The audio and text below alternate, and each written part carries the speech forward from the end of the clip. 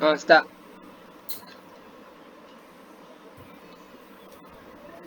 Assalamualaikum warahmatullahi wabarakatuh. Alhamdulillah rabbil alamin wassalatu wassalamu ala asyrafil anbiya wal mursalin wa ala alihi wa sahbihi ajma'in. Insya-Allah kumpulan kami akan mentahkan tugasan individu daripada tajuk undi 18. Nama tenaga pengajar Syah Muhammad Akmal Abdul Halim. Ahli kumpulan kami ada 4 orang. Yang pertama Ahmad Ali Akbar bin Muhammad. Yang kedua Muhammad Ikhwan bin Rasli. Yang ketiga Muhammad Luqman bin Hakim bin Maksuki. Dan yang keempat Muhammad Haziq Hakimi bin Yusnan. Pertama sekali, pendahuluan. Undi merupakan suatu elemen yang sangat penting dalam pembentukan sebuah negara yang mengamalkan sistem pentadbiran demokrasi. Malaysia merupakan salah satu negara yang mengamalkan sistem pentadbiran demokrasi, yang mana sistem pentadbiran demokrasi berparlimen yang berada di bawah pentadbiran Raja Berperlembagaan dengan Seri Paduka Baginda yang di-Pertuan Agong sebagai Ketua Negara. Undi menjadi elemen yang sangat penting dalam pembentukan negara Malaysia. Parlimen Malaysia merupakan lambang struktur demokrasi kerajaan dan mencerminkan aspirasi rakyat melalui perwakilan yang dipilih. Parlimen Malaysia merupakan penggubal undang-undang tertinggi negara yang terdiri daripada 3 komponen utama, iaitu yang di-Pertuan Agong, Dewan Negara dan Dewan Rakyat. Pada 11 September 1959, mesyuarat penggal pertama Parlimen Persekutuan Tanah Melayu telah diadakan selepas Malaysia mencapai kemerdekaan. Buat jurung kalinya, Dewan Rakyat dan Dewan Negara bersidang secara serentak di Dewan Tunku Abdul Rahman, bertujuan untuk membuat pemilihan yang di-Pertua Agong bagi kedua-dua dewan tersebut. Mesyuarat tersebut kemudiannya diikuti dengan majlis mengangkat sumpah oleh kesemua 38 ahli Dewan Negara dan 104 ahli Dewan Rakyat. Sehingga kini keahlian Parlimen ke-12 bertambah kepada 70 ahli bagi Dewan Negara dan 222 ahli bagi Dewan Rakyat. Parlimen Malaysia akan terus menjadi institusi yang dijunjung tinggi oleh semua rakyat Malaysia dan akan terus menjadi lambang demokrasi berparlimen negara untuk selama-lamanya.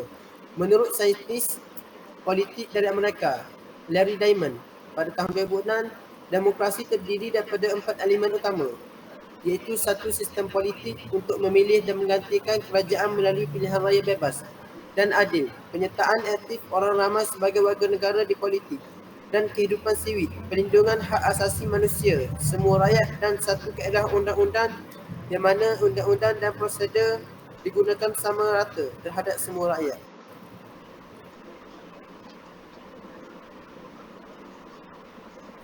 Seterusnya saya serahkan kepada Assalamualaikum. saya. Saya Muhammad Haziq bin Yusnan. Hari ini saya akan membentangkan tentang pelaksanaan Undi 18. Keputusan ini dibuat berikutan Mahkamah Tinggi Kuching memutuskan bahawa Undi 18 dan pendaftaran pemilih secara automatik perlulah dilaksanakan menjelang 31 Disember pada tahun lalu. Putrajaya aku dengan keputusan tersebut.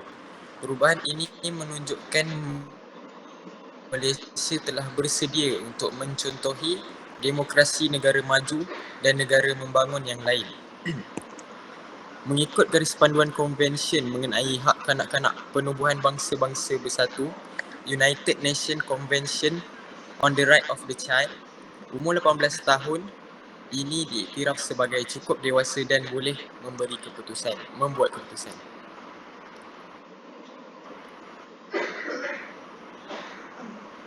Di sini terdapat beberapa perkara yang mampu dilakukan oleh seseorang yang berumur 18. Antaranya ialah mampu menyumbang kepada sosioekonomi masyarakat.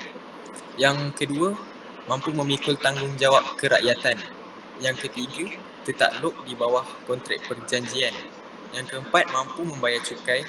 Yang kelima, diberi hak untuk berkahwin. Yang keenam, boleh bekerja. Dan yang terakhir, bertanggungjawab penuh kepada diri sendiri.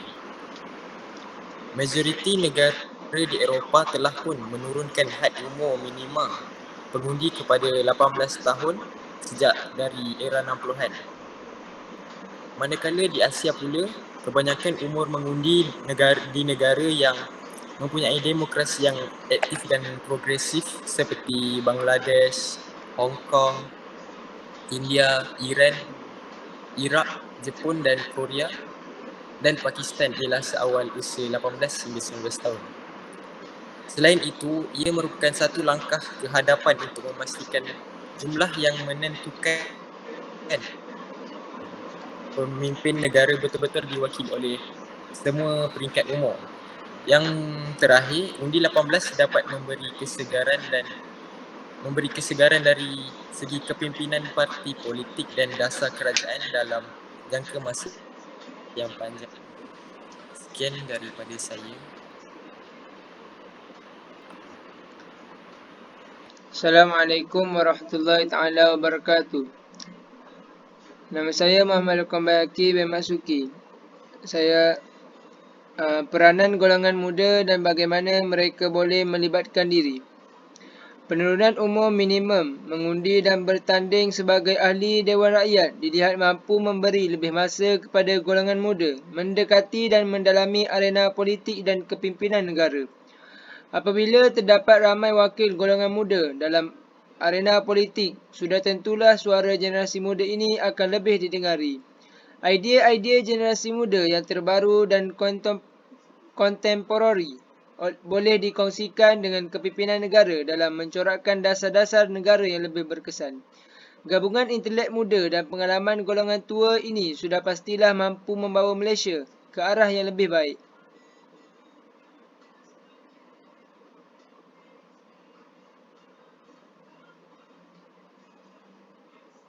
Seterusnya, kesedaran politik melalui pendidikan.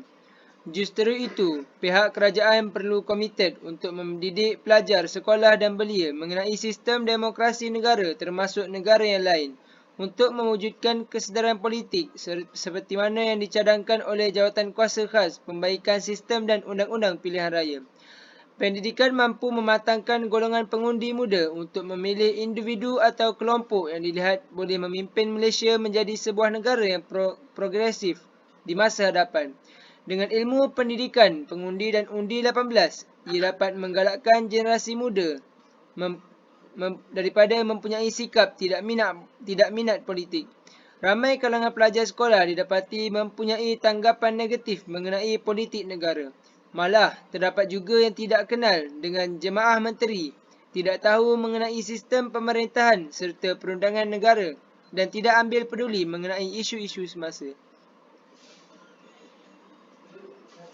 Menurut Menteri di Jabatan Perdana Menteri, Parlimen dan Undang-Undang Datuk Seri Wan Junaidi, Tuanku Jaafar, beberapa inisiatif dalam usaha memastikan pengundi yang berumur 18 tahun keluar mengundi sedang giat dijalankan. Program pendidikan pengundi yang diadakan bertujuan mendekati pengundi belia dan memberikan kefahaman tentang proses pilihan raya. Contoh terbaik negara yang mengamalkan pendidikan pengundi ialah Australia. Ilmu pendidikan pengundi di Australia diberikan kepada semua lapisan masyarakat dan ia bermula sejak dari sekolah rendah. Modul demokrasi dan pilihan raya diajarkan dalam semua subjek pendidikan sejak mereka berumur 7 tahun. Pelajar diperkenalkan mengenai asas demokrasi, kepentingan mengambil bahagian dan membuat pilihan. Paling menarik, subjek pilihan raya ini diubah kepada satu bentuk yang menarik minat dan tidak membebankan. Usaha ini dipercayai dapat menyedarkan golongan muda mengenai kepentingan keluar mengundi apabila tiba masanya kelak. Sekian dari saya.